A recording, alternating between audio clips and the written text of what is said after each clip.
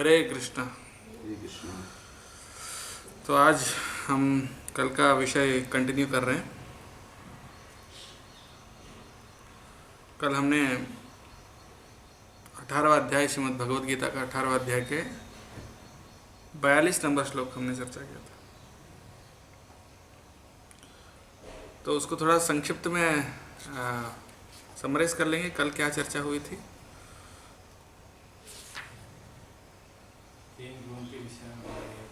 सुख के तीन प्रकार का सुख। कौन से सात्विक, राजसिक और तामसिक। क्या है उसके लक्षण?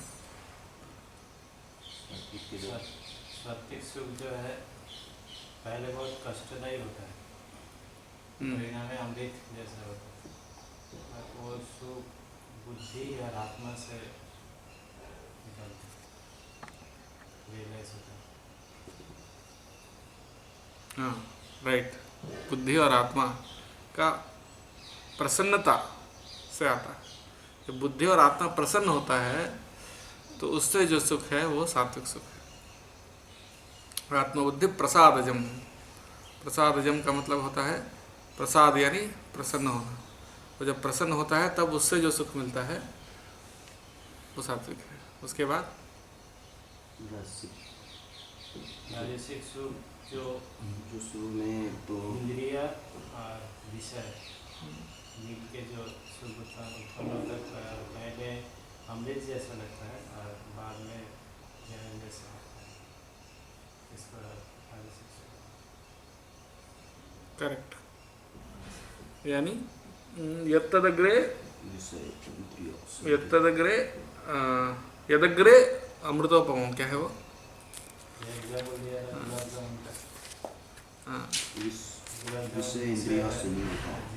यत्तदग्रे अमृतोपम। हाँ, गुलाब जामुन विषय है, जीवा इंद्रिय है। पहले अमृत लगता है, बाद में दुखदायी। आपको फैन चाहिए किसी को? फैन डिस्टर्ब तो नहीं होगा? मुझे भी चाहिए ऐसा। डिस्टर्ब होगा तो फिर बंद कर देंगे। तामसिक में शुरू में भी दुख रहता है, बाद में भी दुख। हाँ हाँ, वो एक और लक्षण क्या है उसका? मोहनम आत्मना। हाँ, आत्मा को मोहित करता है। निद्रा आलस्य प्रमाद। निद्रा आलस्य और प्रमाद, इससे आता है ये तामसिक सुख। ओके। और उसके बाद बताया कि इस लोक में ये सब तीनों गुणों से कोई परे नहीं है।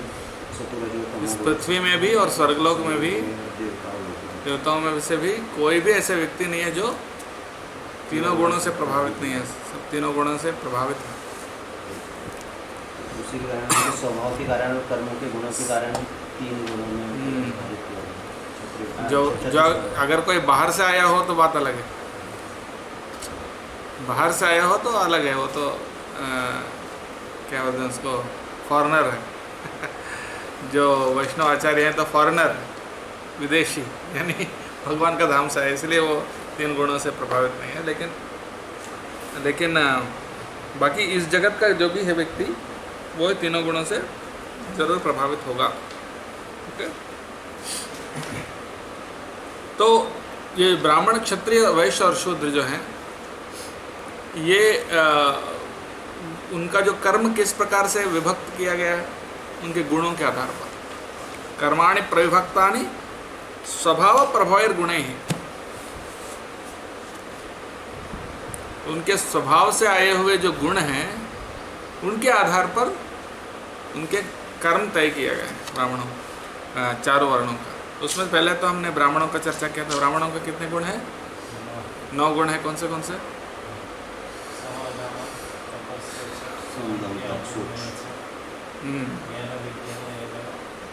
अस्तिक्यम ब्रह्म कर्म स्वभाव, यानी शमो, यानी शम का मतलब क्या है?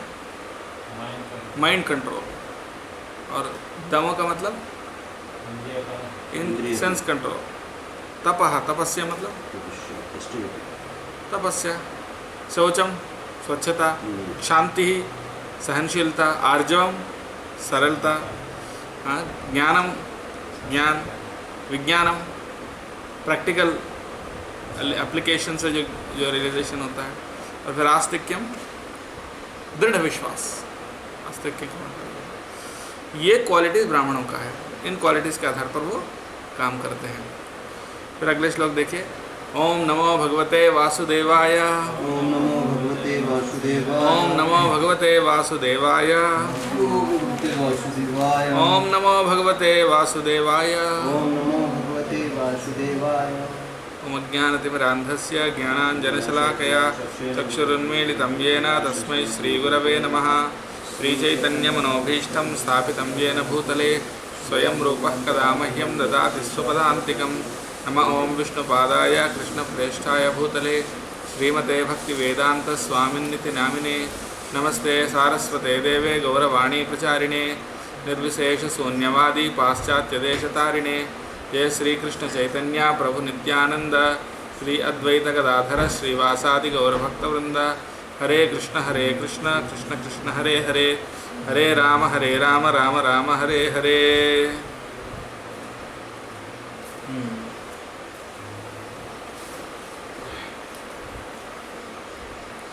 तो दोहराइए, शौर्यम तेजो धृतिर्दाक्ष्यम, शौर्यं तेजो धृतिर्दाक्ष्यम, युद्धे चाप्यपलायनम, युद्धे चाप्यपलायनम, दानमीश्वर भावश्च, दानमीश्वर भावश्च, क्षात्रम कर्म स्वभावजम।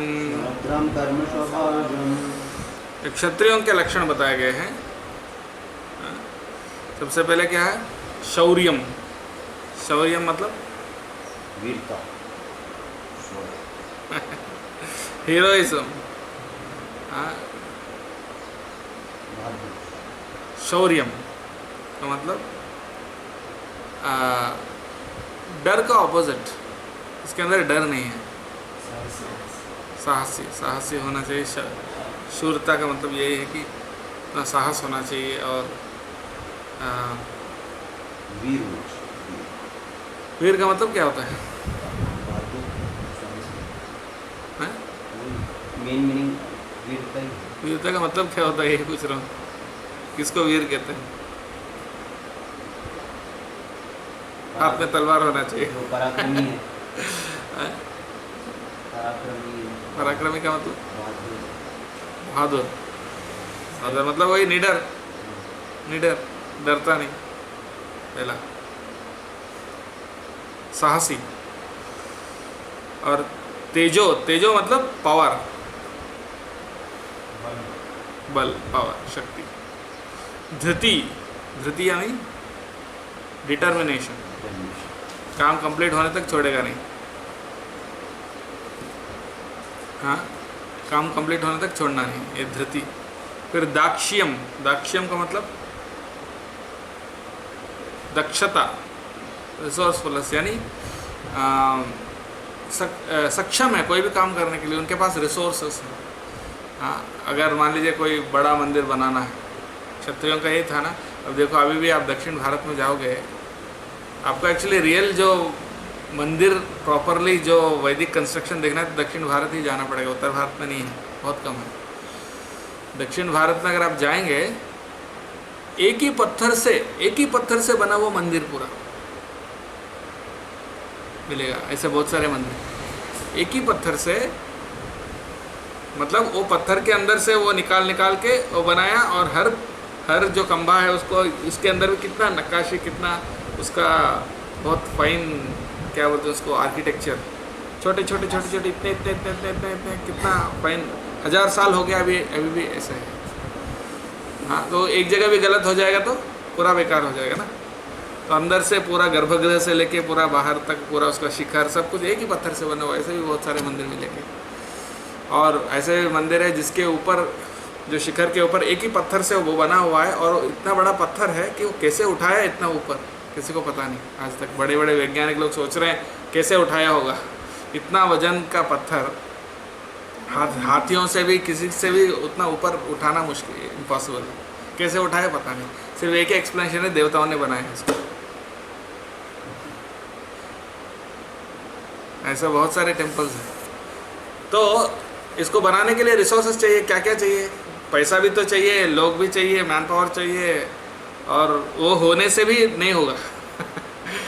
तो मतलब दक्षता का मतलब ये होता है, क्यों बता रहा हूँ कि वो ऐसा कर सकते हैं, ऐसा करना है मतलब करेंगे।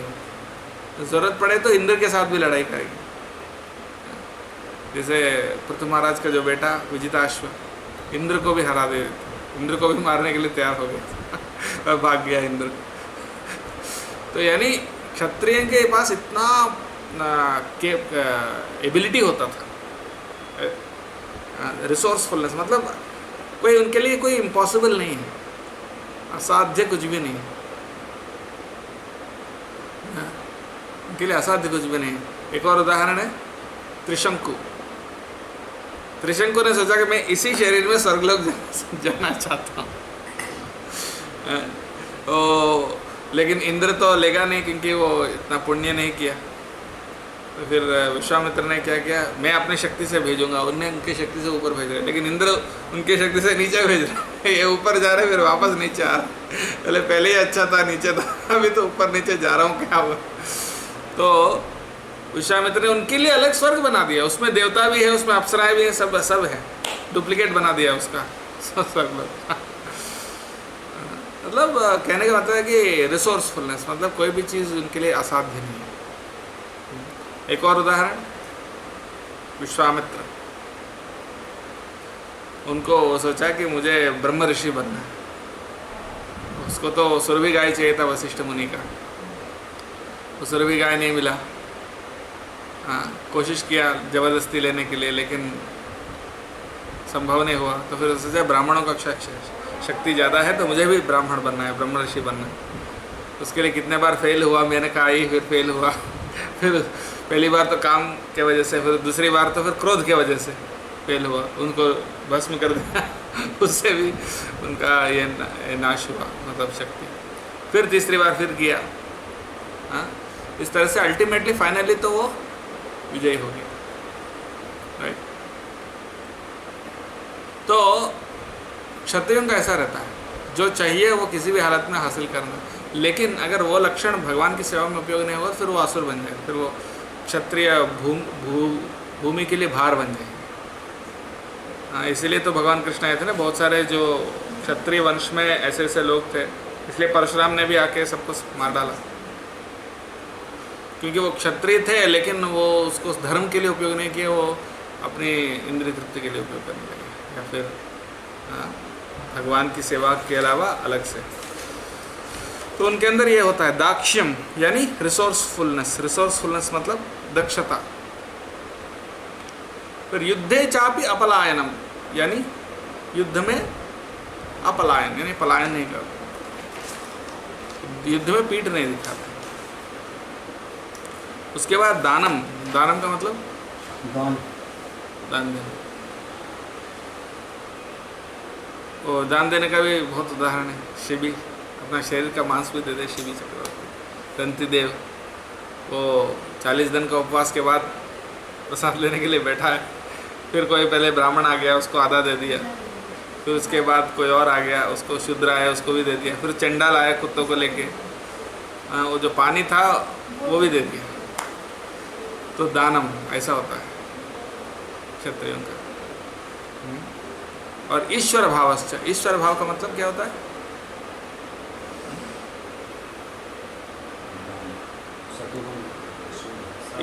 ईश्वर भाव, यानी वो ये इनको अंदर भाव रहता है कि मैं ईश्वर हूँ, मैं मालिक हूँ। वो ईश्वर भाव उनके अंदर होता है। इसलिए ब्राह्मणों को क्षत्रिय बहुत सम्मान करते थे। क्यों?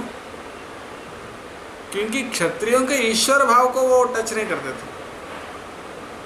ब्राह्मण जो है उनको, मतलब क्षत्रिय तो सब देते थे, जो भी चाहिए सब दान दे देते थे, लेकिन वो मालिक नहीं बनते थे। मालिक तो वही है क्षत्रिय, वो जो है राजा तो वही है, और राजत्व तो नहीं लेते थे।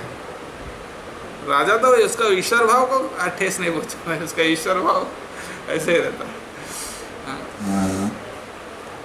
करता, क्योंकि कर्ता धर्ता तो क्षत्रिय होता है, और वो कर्ता धर्ता वाला जो भाव है वो क्षत्रियों में होता है कि मैं करने वाला हूँ। हाँ, ब्राह्मणों को सब कुछ न्योछावर कर देंगे, अपना राज्य भी सौंप देंगे, सब कुछ ध्यान दे देंगे, लेकिन ब्राह्मण कभी राजत्व नहीं लेंगे। हाँ, और राजत्व तो उनके पास ही रहेगा, इसलिए वो ईश्वर भाव उनके अंदर होता है। These are the natural qualities of work for the kshatriyas. ठीक है, ये 7 लक्षण है। फिर वैश्यों का और शूद्रों का देखेंगे। कृषि गोरक्ष्य वाणिज्यम वैश्य कर्म स्वभावजम परिचर्यात्मकं कर्म शूद्रस्यापि स्वभावजम।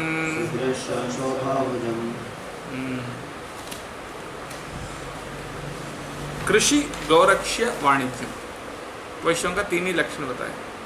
कौन से? कृषि यानी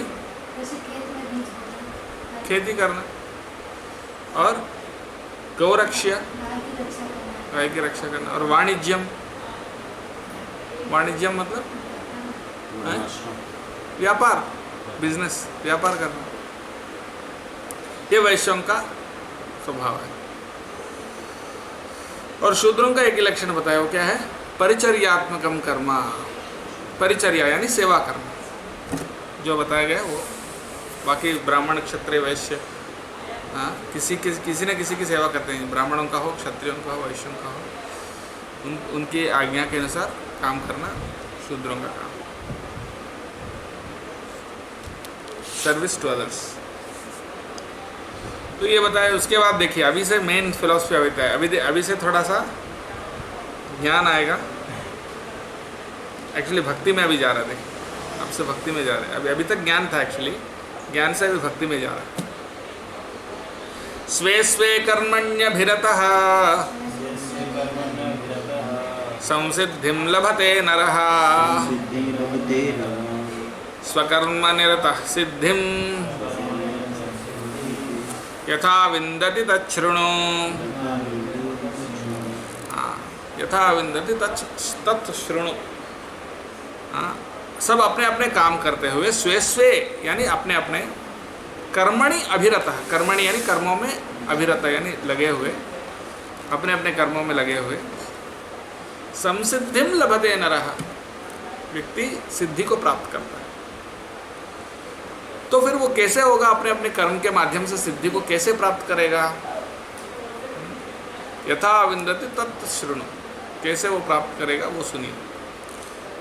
अपने कर्म के माध्यम से कैसे सिद्धि प्राप्त करेंगे? सिद्धि का मतलब जीवन का परम लक्ष्य जो है मोक्ष, कैसे प्राप्त करेंगे अपने कर्म से?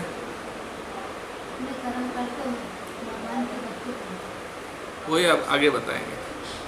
कर्म तो हर कोई करता है, चोर भी कर्म करता है। सिर्फ कर्म करने से, ये कुछ लोग बोलते हैं कि कर्म ही धर्म है, बोलते हैं ना, कर्म ही धर्म है, पर भगवत गीता उसको सपोर्ट नहीं करता। कर्म तो हर कोई करता है, कर्म किए बिना कोई रह ही नहीं सकता। नहीं कश्चित क्षणमपि जातु तिष्ठति अकर्मकृत्, यानी कर्म किए बिना कोई एक क्षण भी रहना चाहे तो भी नहीं रह सकता। तो कर्म तो हर कोई कर रहा है, तो हर कोई थोड़ी ना मोक्ष प्राप्त करेगा। तो लेकिन कर्म कैसे करेंगे तो मोक्ष होगा, वो आगे बताएंगे। अब ये देखिए, यतः प्रवृत्तिर्भूतानां येन सर्वमिदं ततं स्वकर्मणा तमभ्यर्च्य सिद्धिं विन्दति मानवः। यतः प्रवृत्तिर्भूतानां, जिनसे सभी जीवों की उत्पत्ति हुई है। किनसे हुई है? भगवान से हुई है। यतः प्रवृत्तिर्भूतानां, ब्रह्मा जी भी एक जीव है ना, तो सभी जीवों को उत्पत्ति कहाँ से हुआ? भगवान से हुआ ना? नहीं, ब्रह्मा जी भी जीव है तो उनका भी उत्पत्ति भगवान से हुआ।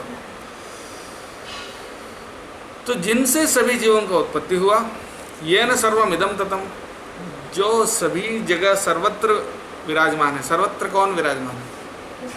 भगवान। तम स्वकर्मणा अभ्यर्च्य, उनको अपने कर्म के माध्यम से सेवा करने से सिद्धिं विन्दति मानव, सिद्धि प्राप्त करता है भगवान को बिंदु केंद्र बिंदु मान के सेवा हैं? भगवान को बिंदु मान के हाँ, उनकी सेवा के लिए अपने कर्म करें। हाँ, मैं इसका ट्रांसलेशन और परपोर्ट पढ़ता हूँ। By worship of the Lord, who is the source of all beings and who is all pervading, a man can attain perfection through performing his own work. Purport: as stated in the 15th chapter, all living beings are fragmental parts and parcels of the Supreme Lord. Thus, the Supreme Lord is the beginning of all living entities.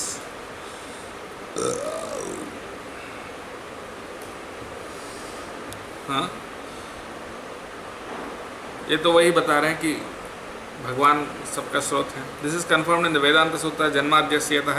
Supreme lord is therefore the beginning of life of every living entity, and as stated in the 17th chapter of Bhagavad Gita, the Supreme Lord by his two energies, his external energy and the internal energy, is all pervading. Therefore one should worship the Supreme Lord with his energies. Generally the Vaishnava devotees worship the Supreme Lord with his internal energy. तो बता रहे हैं कि भगवान के दो शक्तियाँ हैं, बहिरंगा शक्ति और अंतरंगा शक्ति। हाँ, बहिरंगा शक्ति क्या है? महामाया, दुर्गा। उनका काम क्या है? हाँ, भगवान से को भुलाना, हाँ, उनको भगवान से दूर ले जाना, है कि नहीं? अज्ञान में फंसाना। और जो अंतरंगा शक्ति, भगवान के पास हाँ, भगवान से जोड़ देना, वो योग माया है। तो भक्त, वैष्णव जो भक्त है वो भगवान को किस शक्ति के साथ पूजा करते हैं? अंतरंग शक्ति के साथ पूजा करते हैं। इसलिए वैष्णव जो है काली दुर्गा का पूजा नहीं करते हैं, वो किनकी करते हैं? राधा रानी का करते हैं। एक ही है असल में, राधा रानी और दुर्गा एक ही है, लेकिन दुर्गा जी क्या करती हैं? अज्ञान में डालती है, भगवान के पास नहीं। लेकिन राधा रानी क्या करती है? भगवान के पास। भगवान से जोड़ती है। हाँ, लेकिन अगर आप शुद्ध भक्त जब बनेंगे, आइए, जब आप शुद्ध भक्त बनेंगे तब क्या होगा? तब दुर्गा जी क्या करेंगी? बोलेंगे चलो ठीक है, अब आपको यहाँ से पास कर दिया है, जाओ कृष्ण के पास।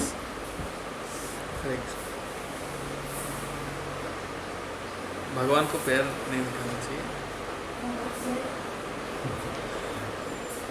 तो जी दुर्गा जी और राधा रानी का रूप मतलब गुण अलग, स्वभाव अलग अलग, एक ही है। हाँ, जैसे एक ही एनर्जी जब हीटर में जाएगा तो क्या करेगा? करंट ही गर्म करेगा। हीटर में क्या करता है? गर्म है, ठंडा करेगा, गर्म करेगा। और कूलर में या एसी में, फ्रिज में उसके ठंडा करेगा। इंस्ट्रूमेंट के हिसाब से। तो शक्ति एक ही है, लेकिन वो कैसे काम करता है? एक ही शक्ति जब आपको बंधन में डालेगा तो वो महामाया है, और वही आपको मोक्ष का कारण बनेगा तो योग माया। दुर्गा जी के पास त्रिशूल है, 3 गुण का स्वरूप है। ये 3 गुण लगा, ये भौतिक गुणों में जीव को बांध के रखता है। त्रिशूल और त्रिविध क्लेश, आध्यात्मिक अधिभौतिक अधिदैविक क्लेश। इससे ये दुर्गा महामाया जो है त्रिगुणात्मिका है।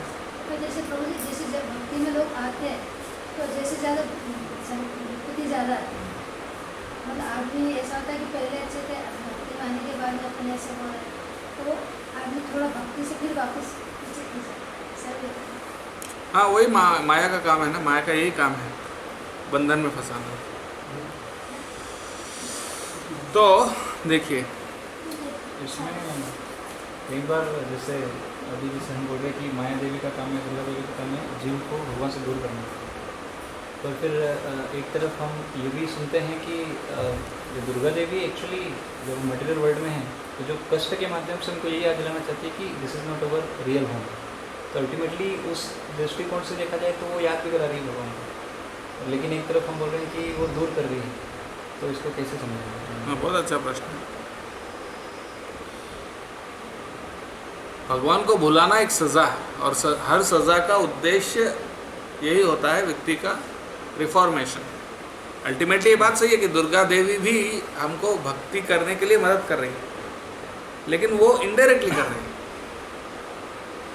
डायरेक्टली नहीं कर रही। यानी पहले अभी तो आपको भुला रही है। और एक और चीज़ है माया में जो बंधन है ना वो भी अनादि है। क्यों बोलते हैं? अनादि बहिर्मुख। कृष्ण भूलिया जीव अनादि बहिर्मुख। कितने जन्म हो गए हमको भौतिक जगत में, कोई गिनती है? करोड़ों, लाखों, करोड़ों, लगभग इटरनल जैसे, पता नहीं कब से हम यहाँ भौतिक जगत में फंसे हुए। 84 लाख -1। तो एक्चुअली दुर्गा देवी जो है उनका काम है, वो भी भगवान की सेविका है। हाँ, दुर्गा देवी खराब नहीं है, Durga Devi is a servant of Krishna. वो भगवान की शक्ति बता रहे हैं ना।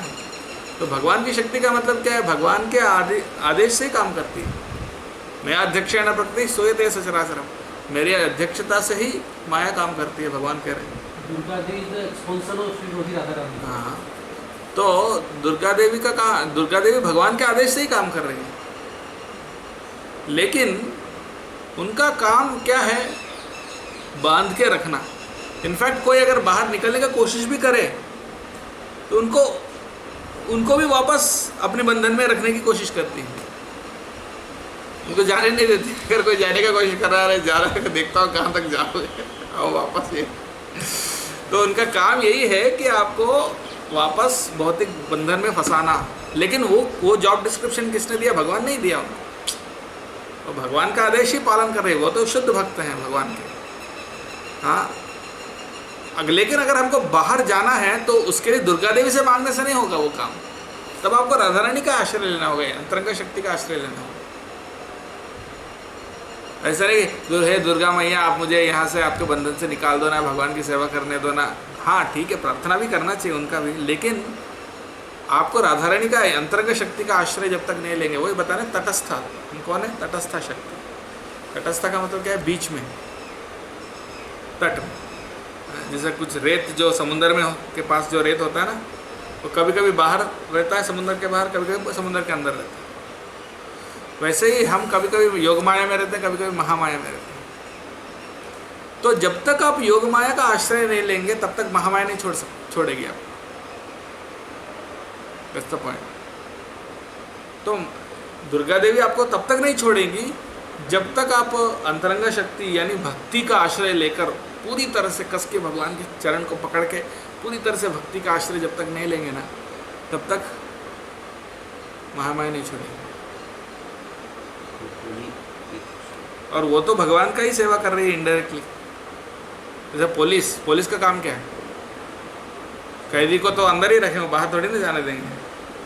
इसका मतलब ये नहीं कि पुलिस गलत है, पुलिस गलत नहीं है, आप गलत हैं, इसीलिए पुलिस आपको अंदर रखेगी। आप क्रिमिनल हो तो पुलिस अंदर ही रखेगा। पर आपको बाहर जाना है तो पुलिस का आश्रय लेने से नहीं होगा। बाहर जाना है तो किसके आश्रय लेना होगा? राजा का आश्रय लेना होगा। जो बाहर जो है उनके आश्रय लेना होगा, वो आपको बाहर निकालने का कोशिश करेंगे, पुलिस नहीं निकालेगा आपको बाहर।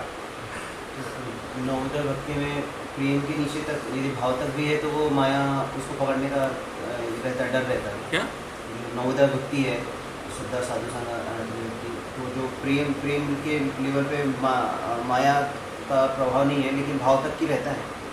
भाव के लेवल तक की माया का प्रभाव। बिल्कुल। माया जस्ट क्या है ना, असल में जब जैसे ही भगवान का प्रोटेक्शन हटा तुरंत माया ऐसा नहीं कि कहीं 10 किलोमीटर दूर खड़ी है, ऐसा नहीं, भगवान के बगल में ही खड़ी है, जस्ट बगल में। वेट, थोड़ा सा ऐसे सर मोड़ दिया थोड़ा सा नज़र इस तरह से घूम दिया, थोड़ा सा इधर भगवान है, इधर भगवान है, थोड़ा सा ऐसा बगल में देखो, वहीं माया खड़ी है।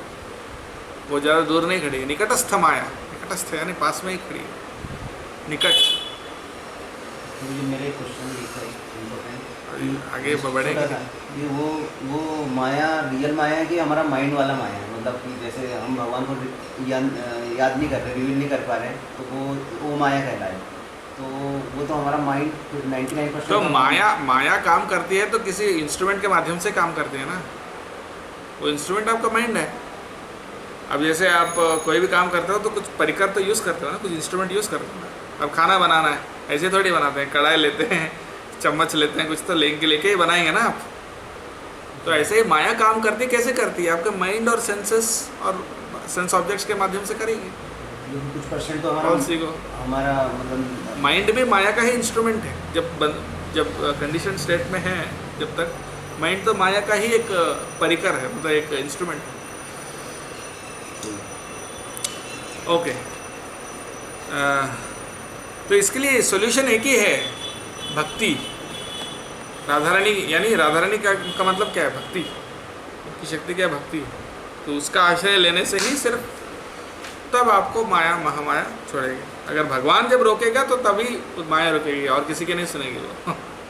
जब भगवान रोकेगा, भगवान ही बोलेंगे तो सुनेगी। हाँ ठीक है, अब इसको छोड़ दो, ये मेरे अंतरंगा शक्ति में आ गया, इसको छोड़ दो, तब सुनेंगे, तब वो आशीर्वाद देंगे। जैसे वो गोप कुमार का इसमें आता है बृहद भागवतम का, वो जब 7 लेयर पार करके, जब ब्रह्मांड के 7 लेयर होते हैं, तो 7 लेयर्स को पार करके एकदम ब्रह्मांड के बाहर जा रहे हैं, तो वहाँ महामाया खड़ी है, स्वयं महामाया। तो वो थोड़ा टेम्प्ट करने की कोशिश करते, कहाँ क्यों जा रहे हो, यहाँ रहो, अच्छा। तो बोलती है मुझे इसका कोई लोभ नहीं, सिर्फ आपके भाई जो है कृष्ण, उसका सेवा करने के मुझे आशीर्वाद दीजिए। तब महामाया आशीर्वाद, ठीक है। ऐसा लास्ट तक वो भी कोशिश करती है आपको यहीं रखने का, क्योंकि उनका काम है ये। जैसे हम सुनते हैं कि वो एक स्टोरी Last आता है कि question. काली का जो एक भक्त थे, तो मतलब वो लोग उनको बलि चढ़ाने के लिए भक्त को ले जाते हैं। तो उस समय पे स्वयं जो महामाया है वो खुद प्रोटेक्ट करती है, जड़ भरत को खुद प्रोटेक्ट करने के लिए आती है।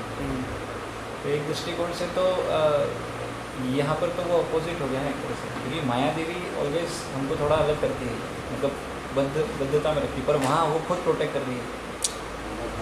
देखो वही बताया ना, जो व्यक्ति भगवान को भूला है उसके लिए माया का खतरनाक है। पुलिस जैसा ही, पुलिस किसके लिए? क्रिमिनल के लिए पुलिस खतरनाक है। अगर आप अच्छे सिटीजन हो तो पुलिस एस्कॉर्ट करेगा आपको। पुलिस भगवान के यानी राजा के नौकर है, राजा के वफादार नौकर है। माया देवी भी वही है। माया देवी किनको बांधती है? जिनके अंदर एंजॉय करने की टेंडेंसी अभी तक गया नहीं, जो अभी तक शुद्ध नहीं हुए, जो अभी भी भोग करना चाहता है, उसके लिए माया खतरनाक है। लेकिन जो परमहंस, अब जड़ भरत तो सबसे ऊंचा क्या बोलते परमहंस स्थिति में है। हर क्षण जहाँ तक उनका गर्दन काटने जा रहे हैं, फिर भी वो भगवान को ही स्मरण कर रहे हैं।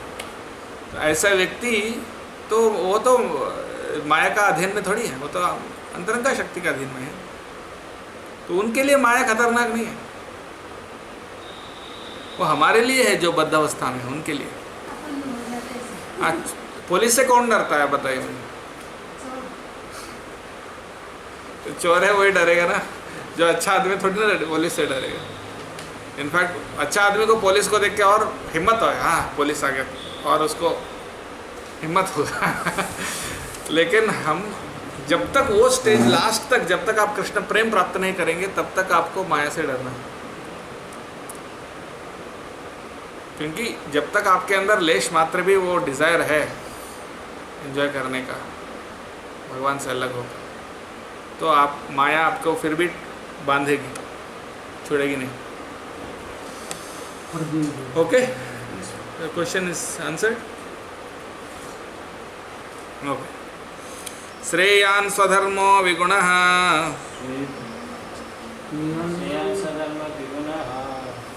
परधर्मात् स्वनुष्ठितात्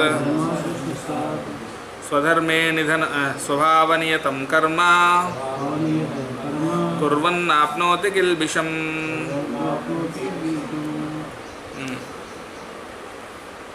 श्रेयान् स्वधर्मो विगुणः, श्रेयात् वेरी गुड, परधर्मात् स्वनुष्ठितात्। देखिए विगुणा का मतलब, विगुणा का मतलब ये है जिसके अंदर गुण नहीं है, यानी अच्छा नहीं है, अच्छा नहीं। विगुणा यानी अच्छा नहीं, दुर्गुण नहीं। विगुणा का मतलब ये है कि हाँ परागुणी नहीं होना। उसके अंदर अच्छी क्वालिटी नहीं, अच्छा नहीं है। हाँ, जैसे गुलाब जामुन बनाया, शक्कर डालना भूल गए,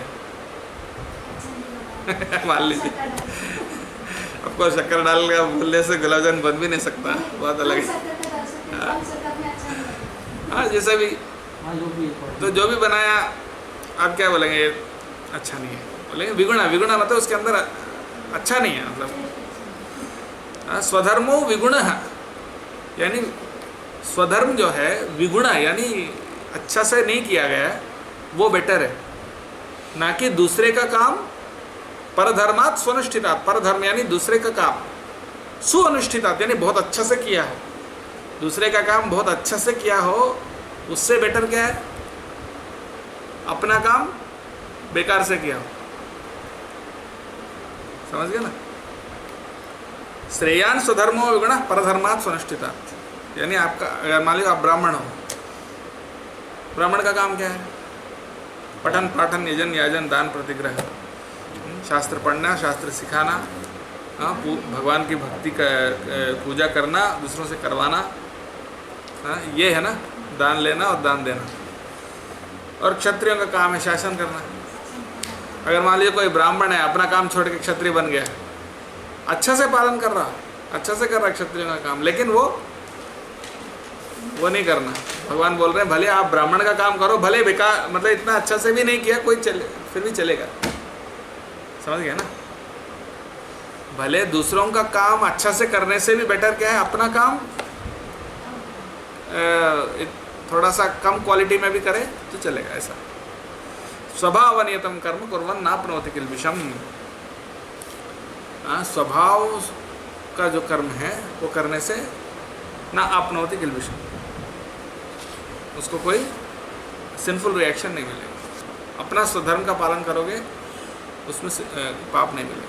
यानी भगवान का सेवा, इसका मतलब क्या है, भगवान का सेवा वैसा करना जैसे भगवान चाहते हैं, भगवान ने जो नियति किया है वैसा करना है। अगर मान लीजिए आपको अगर ये सेवा दिया गया, भैया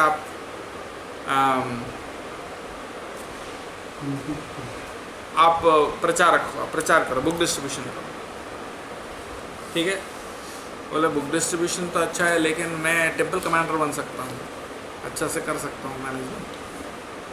हाँ हो सकता है आप अच्छे से कर पा रहे हैं, लेकिन वो आपका सेवा नहीं है। जो आपकी सेवा है वो अच्छे से करो, अच्छे से करो, जितना अच्छे से हो सकता है आपसे बन सकता है उतना अच्छे से करो, ना कि किसी और का काम करने की कोशिश करो। यहाँ पर देखिए प्रभुपाद जी तात्पर्य में बोल रहे हैं, दूसरों का ड्यूटी को इमिटेट नहीं करना। हाँ? अगर कोई ब्राह्मण परिवार में पैदा हुआ हो लेकिन ब्राह्मण का गुण नहीं है तो कौन है, ब्राह्मण नहीं है, ब्रह्म बंधु कहलाता है। ऐसे जैसे कई बार अपने अपने ड्यूटीज में कुछ गलत भी करना पड़ता है। जैसा प्रभुपाद जी बोल रहे हैं कि जैसे क्षत्रिय है, क्षत्रिय पालन करते करते कभी वायलेंस करना पड़ता है, हिंसा करना पड़ता है, क्षत्रिय है ना।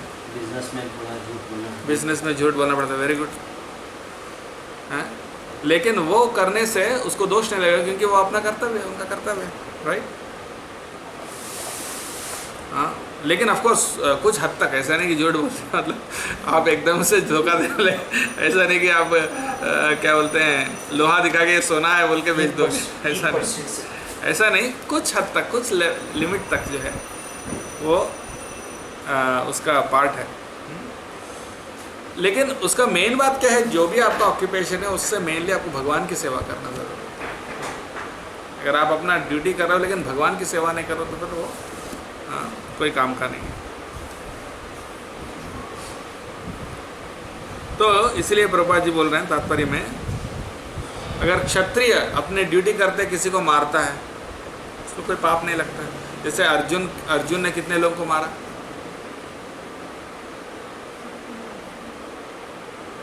सबसे ज़्यादा कुरुक्षेत्र युद्ध में ज़्यादा से ज़्यादा लोगों को कौन मारा मालूम है, अर्जुन ने मारा। क्योंकि सेना किसकी बड़ी थी,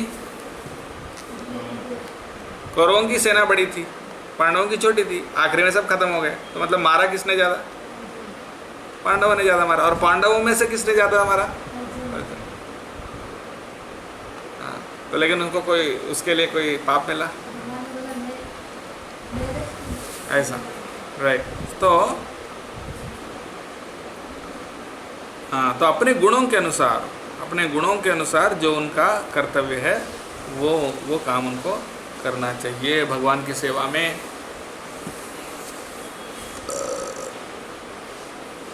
जैसे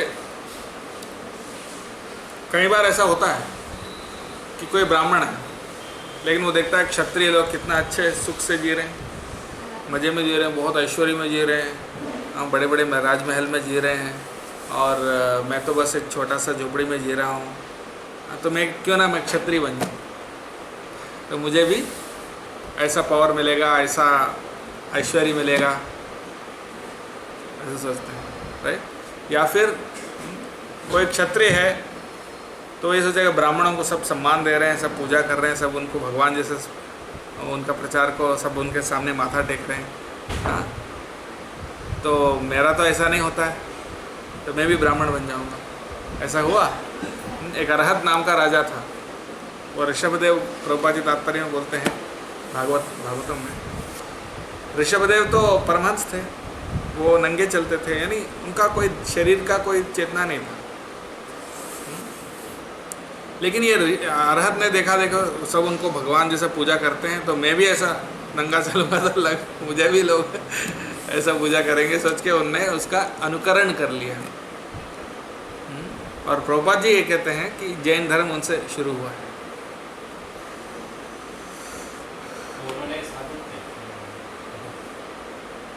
जो स्थापन मतलब उनका पहला तीर्थंकर तो ऋषभदेव है, ऋषभदेव खुद ही हैं, लेकिन जो अरहत जो है ना, अरिहंत वो बोलते हैं, अरिहंत, तो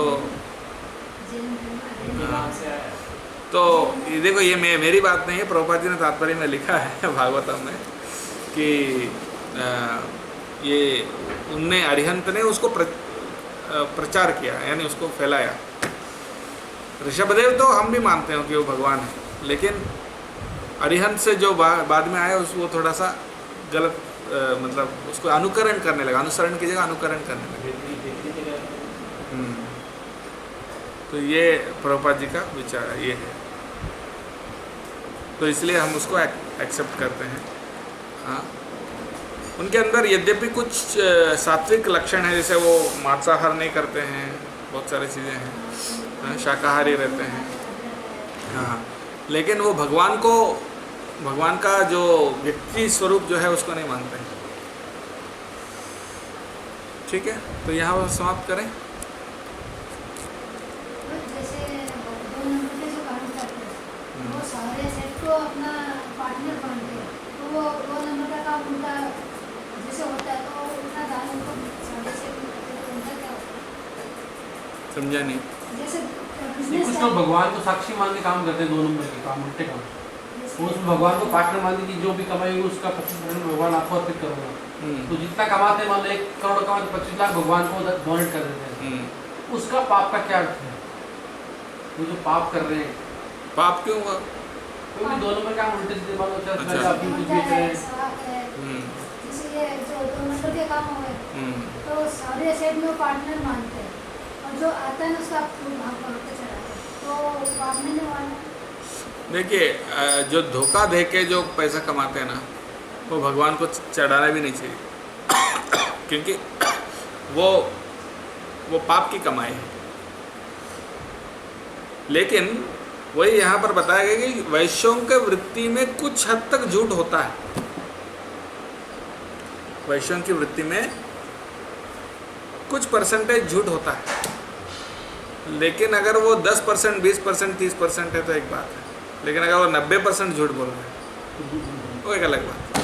तब वहाँ पर फिर वो भगवान के लिए समर्पित नहीं किया जा सकता। अगर कोई बोले देखो 10 रुपये का चीज़ आपने 15 रुपये में बेचा, चलो कोई बात नहीं, लेकिन यार बोले तो आप एक पत्थर दिखा के बोले हीरा है, बोल के पत्थर को हीरे के दाम में बेचोगे, तो धोखा, सीधा सीधा धोखा हो गया, फिर वहाँ पर फिर वो पाप लगेगा, वो आप भगवान को नहीं समर्पित करते। हाँ, लेकिन 2 पैसा कमाने के लिए थोड़ा बहुत झूठ तो बोलते हैं वैश्य, तो उसको हम कुछ परसेंटेज तक वो रहता है उनके अंदर झूठ।